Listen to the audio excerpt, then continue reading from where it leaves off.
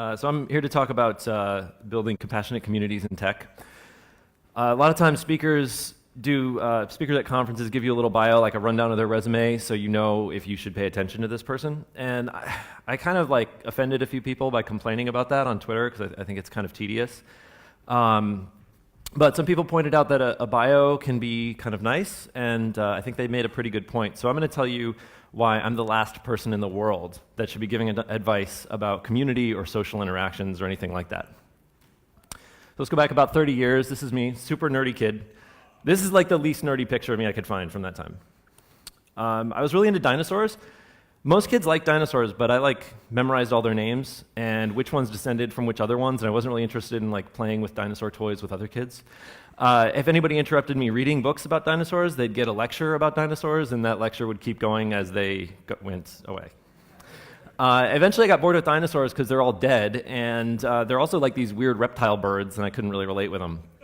So I dropped that like a bad habit, and I decided to learn about something that's closer to me, and I figured I'm a mammal, and I lived in North America, so I'd learn all the North American mammals. And this is before you could just go to Wikipedia and read the list, right? So I was reading all these books and learning about them, and I became this Wikipedia page. That got me really into studying evolution, memorizing the lines to movies and songs, taking electronics apart and kind of swapping their parts around. I got really into different kinds of knots and their histories when I was a kid, and I freaked out my 5th grade teacher by tying a perfect noose and explaining to her as if she would, of course, be very interested in this, that they used to use this kind of knot to kill people. And the world was a pretty interesting place for a really nerdy kid like that, but it was also kind of lonely, and I didn't really have a lot of friends. So I didn't really understand why people were so incomprehensible, and they really seemed to get along well with each other, but I just always made them go away because they weren't interested in all these really fascinating things. And so I was kind of a bit angsty as a result, I guess. And then I got into computers. And computers are great. There's all these other nerds, and they're just as interested in all this super nerdy stuff as I am. And in college, I learned a lot about computers, and there were all these basically infinite set of details and complicated things to really dig into and learn about. And people were friends with me because I knew stuff, and when you're in college, being that intense nerdy guy is kind of a certain sort of status, right? There's a spot for that guy in a college social circle. So I still kind of felt like an outsider, but I found a place where those outsiders belonged. When I moved to California and started working on software, I had a pretty serious reality check. It turns out that this mythology of really brilliant reclusive geniuses is false. Most technology is always developed by teams of people.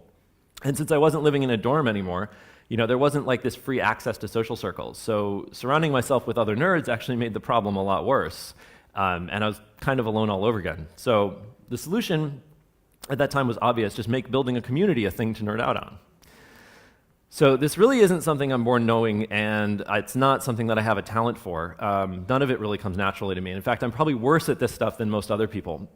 But I have actually done a lot of work on trying to get better, and so I'm going to share some of the tools and resources that I found in the hopes that it can be helpful for other people. And I'm also going to give you some homework so that you can eventually get good at this stuff.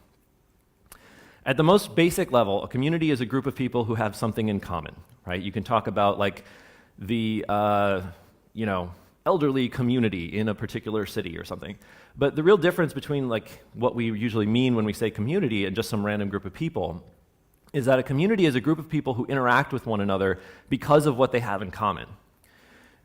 Communities are groups of people that communicate and interact, right? And because we're such social animals, we do a ton of this stuff. And we form opinions about the community as a thing in itself based on the quality of our interactions within that community. So this can actually also be, not just the tech community, but the JavaScript community or a particular company or a team or whatever. In anthropology and in sociology, interactions are sometimes broken down based on positive or negative interactions. It's not a normative judgment. It's not like one's better and one's worse. In nature, predation is actually really important, and even in human activities, sometimes in sports, you have a certain amount of conflict. If you're friends with somebody, you might kind of tease each other, and that's safe and fun and good.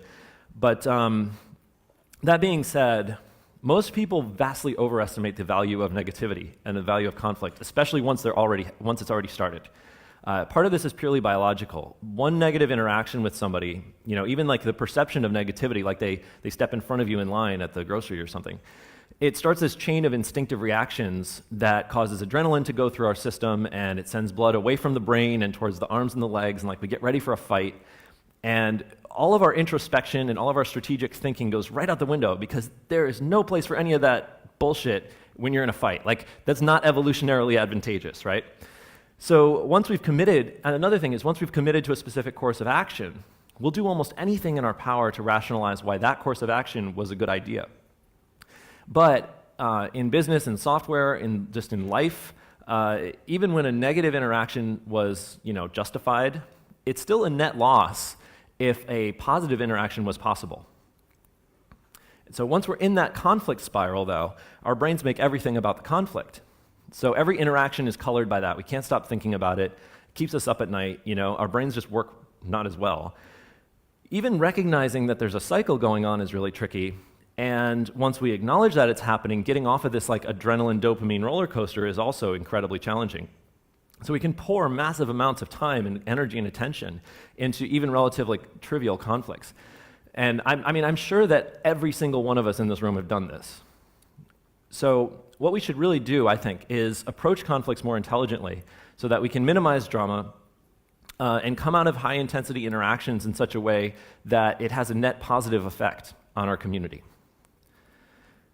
And if our goal is to create the kind of community that we ourselves want to interact with and have fun with, and that we can get the most value out of it, then we ought to figure out how we can have more positive interactions in that community. So for me, when I see our tech communities being dominated by negative communication, by like very, defensive and kind of violent communication, I feel kind of scared and frustrated, actually, because I'm sort of scared for our communities because I really need them to thrive. My livelihood sort of depends on this, and as does all the rest of ours. And also it's kind of frustrating because I know these people are so smart, and I really want all these smart people to notice the unproductive cycle that they're in and the time that they're wasting. So my request to you is to help with this goal, and that's what this talk is really about. So you can't actually, despite what it says on the first slide, you can't actually just build a compassionate community like you would build a treehouse, right? You have to kind of become it, and we have to all become it together. So there's two parts to this.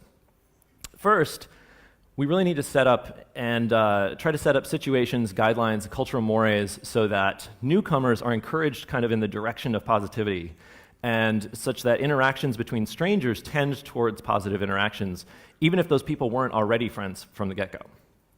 And second, we need to equip ourselves and one another with the tools to turn negative interactions into positive interactions as early in the process as possible. Because like I said, it's pretty much very difficult to do once you're already kind of caught in that loop. So it sounds kind of simple, and it's maybe even sort of obvious, but this second task is so much more challenging than it sounds. This talk won't make you good at this stuff. I'm still a novice, and I think really the intent here is just to get over some of the biggest hurdles to learning and improving social interaction techniques. It's not important. I'm fine already. I don't need to change anything. All three of these basically boil down to a very common attitude among technology people, which is that social interactions, all this stuff, is somebody else's job. And I don't know if it's just that programming tends to attract a lot of very shy introverts, or if our cultural stereotype of this like rude, socially inept programmer made us all think this was okay, but it's really very short-sighted. And that rude programmer stereotype is actually a problem. If we want positive communities, it's up to us to create them, to become them, and it's really a practice that happens over time. So each of us, in every interaction we have, we can probably guide more towards good, but not unless we have the skills and we work to build those skills to do so. So even if you learn this and read the books I tell you to read and take it all really super seriously, you'll probably end up noticing that you're a lot worse at conflict than you originally thought, because most people are terrible at this. And it's really on all of us to go out and practice these kinds of interactions we want to see. So the reason why this is so important is that our job is a social activity. So just as you wouldn't expect somebody to be born knowing C or JavaScript, expecting everybody to just know how to interact with one another is actually kind of complicated. It's kind of ridiculous. As a profession, we've gotten over the notion that it's okay for programs to be difficult to read. Once upon a time, that was like, no big deal, you just make it go faster. We've moved as a craft towards writing human understandable programs as an acknowledgement that we spend more of our time reading and debugging programs than we spend initially writing them. And so I think it's time we get over this notion that programmers can get away with being jerks and start recognizing social interaction as a core programmer competency, right? As an acknowledgement of the fact that software is created in communities rather than in a vacuum. So being bad at this stuff means that you're being bad at developing software. And so that's enough preamble. Let's talk about some tools that you can actually use to do some of this stuff, to get better at helping to build communities that are more compassionate and more geared towards mutual success. So first, if you take nothing else away from this talk, if you forget everything else I said, that's fine. Just please go get this book. It's called Nonviolent Communication by Marshall B. Rosenberg. Like I said, I'm not an expert in this stuff, and this talk is not a substitute for reading his book. And reading his book is not a substitute for actually diligently building a practice of doing what he suggests. But I'll give a brief overview of some of the points it covers and some of the ways that it's changed my personal approach to open source communities. So the primary goal of NVC is to get us to focus our attention on 4 primary components when we're communicating. The first is specific, demonstrable, objective observations about the world, our feelings and our emotional responses to those observations, our personal needs and desires and wishes that sort of cause those feelings, that give rise to them, and specific, actionable physical requests that we make of other people. So this is like the basic format of an NVC message in the NVC protocol, if you think of it that way. You state a clear objective observation, you say the emotional reaction you have when you observe it, you take ownership of that feeling by expressing the personal needs and desires, and you end on an actionable request. When I see colleagues communicating this way, I feel extremely proud and happy because I really want our communities to function and run very smoothly and be as efficient. So please learn this technique and use it. But just matching the pattern is not enough, right? If you just fill in all those details with the same language of judgment and indirection, it doesn't, you're actually making things worse, right? So the hard part of this is not the protocol. That's like a tease. That's just a little something that's easy enough and simple and stupid enough for you to actually remember when you lose all your IQ points. It's really about focusing our attention so that we can do 2 things.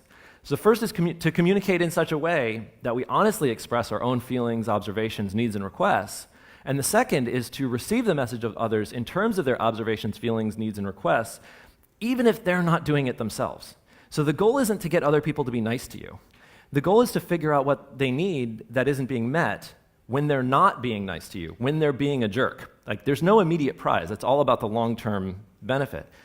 This is basically like Postel's law applied to humans.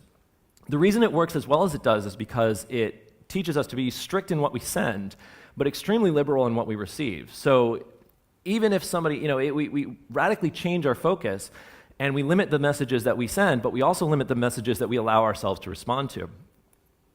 In other words, don't bother trying to tone police other people. Keep your own messages very well structured, but use whatever information they give you to try and figure out their own observations, feelings, needs, and requests. So whatever venom they're spitting, right, they're giving you clues. Use those clues, pull out what they need that's not being met, and then demonstrate that you understand it. This is super black belt level troll husbandry. I've seen people come in extremely angry on mailing lists and on GitHub, and without any exception, so far in my experience, responding in kind only makes things worse. But when I show them that I actually understand what they're feeling and what they're needing and what they're not getting, it turns a really passionate enemy into a very passionate ally, right? And so as Rosenberg writes, when we're communicating violently, our attention is focused on classifying, analyzing, and determining levels of wrongness rather than on what we and others need and are not getting. And classifying and judging people promotes violence. It adds to the drama, it adds to the conflict.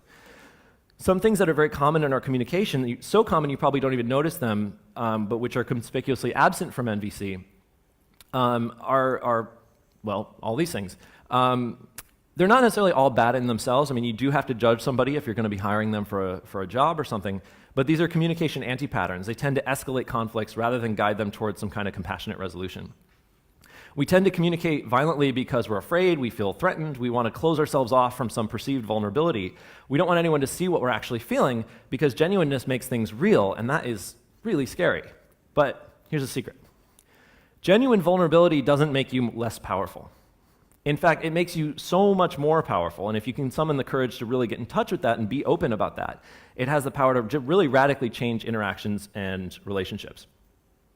So one thing that, that comes up in my own mind about NVC a lot is this idea of the fundamental attribution error, which basically means that you attribute things to the fundamental character of an agent rather than attributing them as a reasonable response to the nature of the situation. So it can take a lot of forms, but this is the most common one, right? I do things because of reasons. You guys do things because you're all big dumb idiots. And my hacky workarounds were unfortunately necessary. Your hacky workarounds mean you're a bad programmer. And I mean, this goes on and on. It's incredibly common. Once you kind of learn to see this pattern, you start to notice it all over the place. But the nonviolent, non-judgmental way to look at this is I do things because of my observations, thoughts, feelings, and needs. So does everybody else. It's a really hard part of having these tools at the ready when they're needed. But seriously, get this book. If you have your laptop out right now, like go to Amazon or Barnes & Noble or whatever, download it, have it sent to your Kindle, whatever you use, your iPad, whatever. Read it on the plane on the ride home. It takes a couple hours to read. But it takes really a lifetime to master and put into practice. So the hard thing is, like I said, having it at the ready, because it is a sad rule that whatever we most need our skills, when our art is most critically important, that's when we're most likely to forget how to handle ourselves properly. So let's talk a little bit dig a little bit more into strategy and tactics. NVC does have some tactical advice, but I think the biggest advantage is, like I said, the focus, kind of the strategic approach. But even if you use it kind of clumsily, it's still usually better than any alternative. But you still need to build the strength of reachings for those. And one book that's specifically on navigating conflict that I found very useful is called Crucial Conversations by Patterson, Grenny, McWillan, and Switzler. It doesn't directly mention NVC, mostly for copyright reasons, but it builds on a lot of the same principles. And it talks specifically about situations when there are directly opposing opinions, overwhelming emotions, and very high stakes. I'm not going to go into as much detail about this one, but they do focus on one aspect of communication, which is very important for communities as well, and that's safety. When we feel safe, it's a lot easier to be vulnerable, to get to the heart of any issue, of what's actually going on. When somebody doesn't feel safe communicating at all, then no amount of compassion will get them to open up. Safety is the exact opposite of conflict. It means that we expect that our vulnerability will be well received. We feel it's easy to be honest and genuine. Think about how you feel like hanging out with a really good friend. Crucial Conversations has some very specific tactics for how to notice that people are losing that safe feeling and how to get them back towards it. The two main things are building mutual purpose and mutual respect. The mutual respect part basically boils down to communicating compassionately and being quick to recognize when we fuck that up, because you will. You will a lot. Mutual purpose is really nice, and I think it's something that really gets into the nitty-gritty of dealing with potentially dangerous situations, because there's a lot of situations where there are multiple parties and their needs seem to be in direct opposition to one another. This is very useful if you run any open source project or have to manage people in a team, or even if you just know anyone that you ever interact with in your life ever. One canonical example of losing sense of that mutual purpose that we see in tech communities a lot is trolling. And what I'm going to suggest is not the only strategy to handle trolling that I've ever seen, or the only one that probably works, but it's one that I've found to be extremely powerful and really be useful in Node. And since I've rambled about NVC for a long time, you can probably guess what I'm going to suggest you do first, which is to start out with compassion. Most people who violate social norms in our community forums, they honestly don't want to cause any harm. They might not speak English fluently or whatever the language is in that area. They might be a 16-year-old kid who's trying to impress a bunch of grown-ups with jokes that they think are really funny. They might just be drunk. I don't know. But most of the time, the point is they're not evil. They're just clumsy. And even so, even if they say something that's really super offensive, responding with violent communication will only escalate a relatively minor problem into a big, serious conflict and a blowout. So the policy in the Node IRC channel, it's not perfect, but it does work pretty well. Big thanks to all of to Nexi and Max and all the other channel mods who help out with this, but basically, there's no public shaming. If we have to tell somebody that they're misbehaving, that's done in private. Embarrassment tends to make somebody much more defensive. It's magnified about 100 times when you are criticizing them in public, right? Now they really like dig their heels in, and they're like, no, like I have to put up a fight. This person's like bothering me. But it's a lot easier when something's in private and it's a little bit more safe. It's a lot easier to be vulnerable and to be a good teacher and for them to accept that help. And while being compassionate is important, it's also important to impress upon them that this is not a negotiation. Like, I'm here to help you succeed at following the rules, but the rules, we're not like discussing what the rules are right now. No. 95% or so of the cases that I've seen, this is as far as it goes, problem solved. People behave really differently when they're in private, when it's clear that they're safe, that they have nothing to gain by being defensive. So that's the first line. The second line of defense is the kick ban. Do not negotiate with terrorists. Social norms might, like I said, it's not a negotiation, right? Social norms may be created democratically by a community, but it's important to remember that the community sets its own mores and its own rules. People who disrespect those rules don't belong in that community. They're not a part of it. Freedom of speech gives them the right to go set up their own IRC channel somewhere else, where they get to make the rules. But it doesn't give anybody the right to disrespect the rules of a community and expect to remain welcome there. Of course, this only works if you're the admin or one of them. If you don't have ops in whatever channel that is, I still recommend acting as if these are the rules, even in their parallels in real life. Talk to the admins, let them know what happened, how it went. If you're handling it the way that they would like you to handle it, never, never, never spit venom back in public or try to publicly shame somebody. That can really only make things worse. It's extremely counterintuitive, but if you take somebody and make an example of them, right? The example you actually make is that this type of behavior is normal, and that this is a place where we have fights. It's exactly the opposite of a way to create a positive, compassionate community. If the admins won't help you for whatever reason, and you have no choice, like, in my opinion, the best course of action usually is just to leave. It's not your responsibility to fix every community out there, and there's a lot out there. And maybe these are communities like Hacker News or 4chan where people just like to fight. And now, like, you're the outsider coming in trying to boss everybody around. Better just to move on, find or create something better.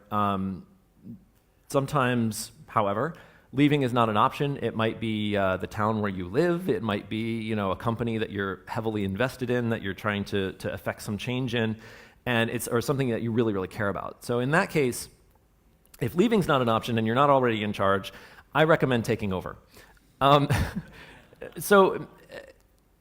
Just like seize the reins of power, right?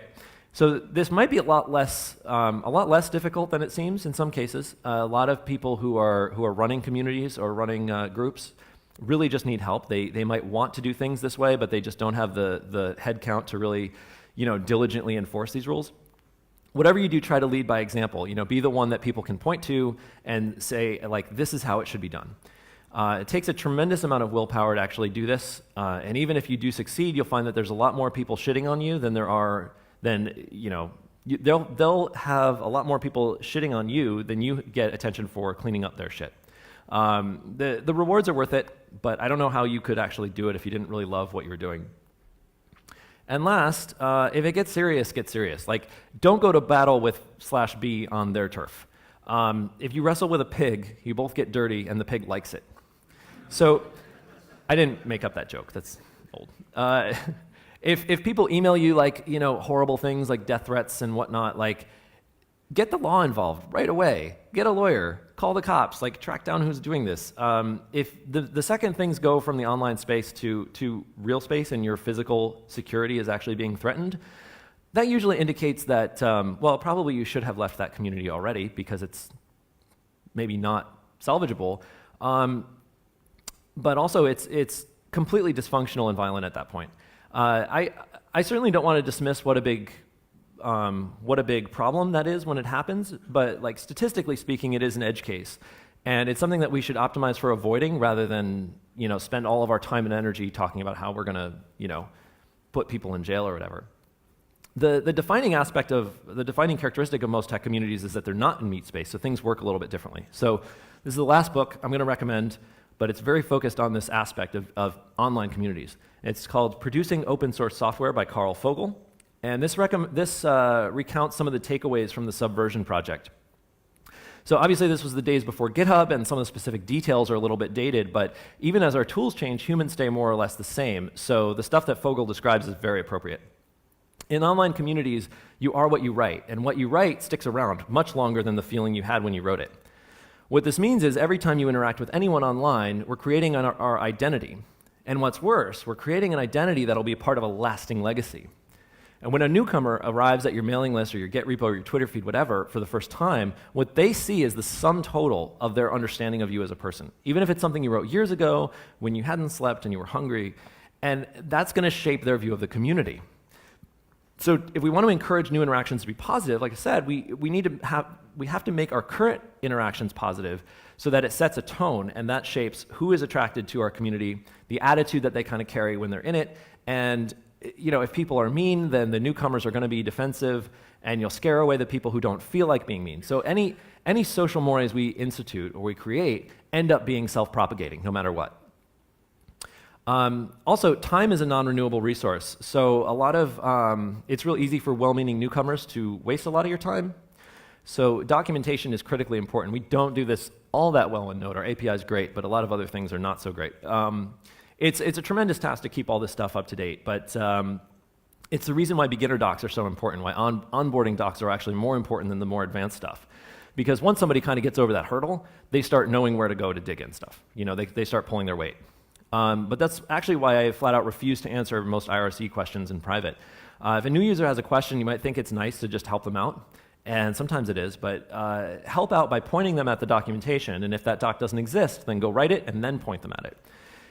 So if they email you directly, just ask them to kind of take it to the mailing list, or if they ping you an IRC, ask them to take it to the public channel.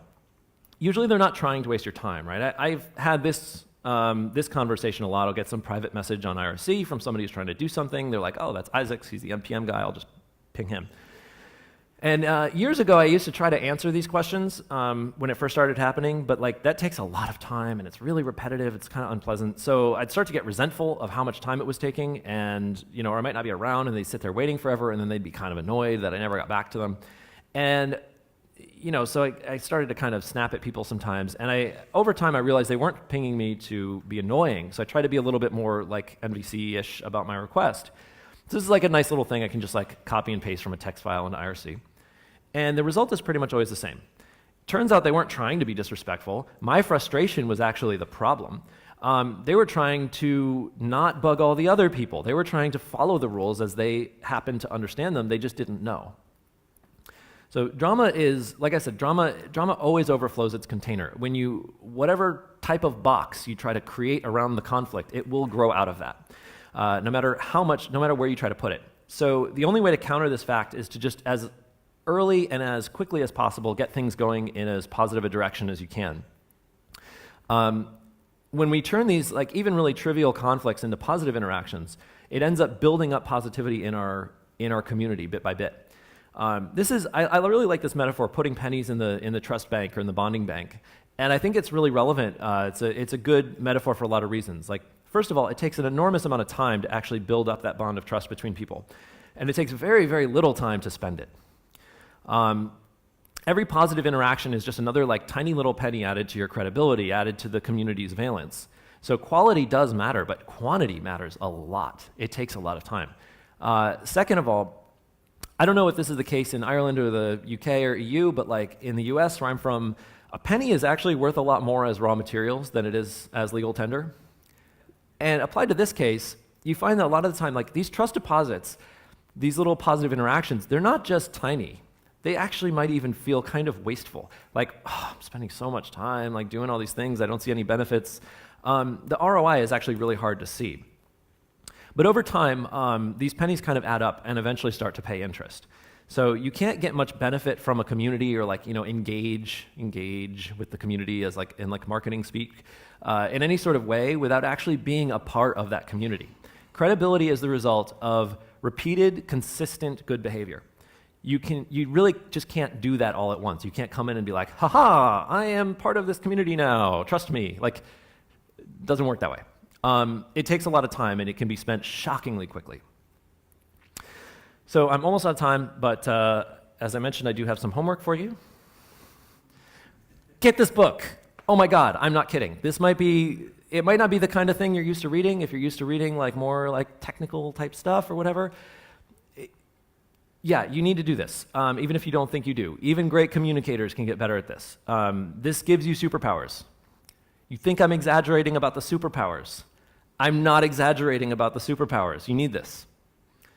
The second one is to actually practice these techniques. So you don't have to be perfect, but you won't get any closer to perfect unless you practice by getting better.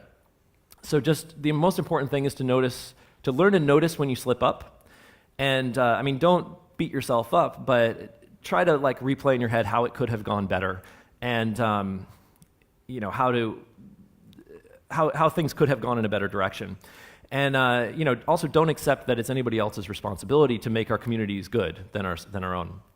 So it really helps, I found, to find a buddy who's willing to work, who's also working on consciously improving their skills, and try to agree to help each other do better, like give each other permission to be kind of critical. You know, we do code reviews, right?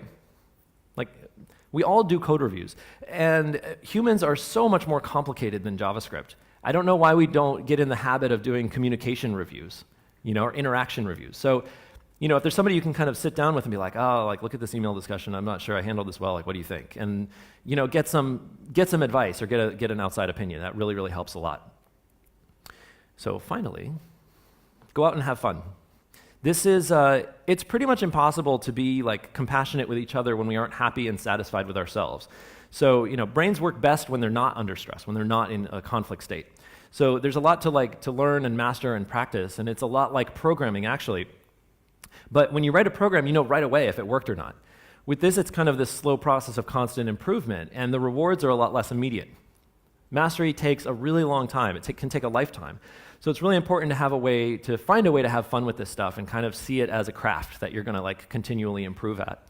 And I think if you can feel good about your improvement and seek out new challenges, then you can find the motivation to really stick with it and keep working at it, keep working on getting better. So my slides are on the internet at this URL. I'm Isaacs, IZS, I at IZS.me. Thank you very much.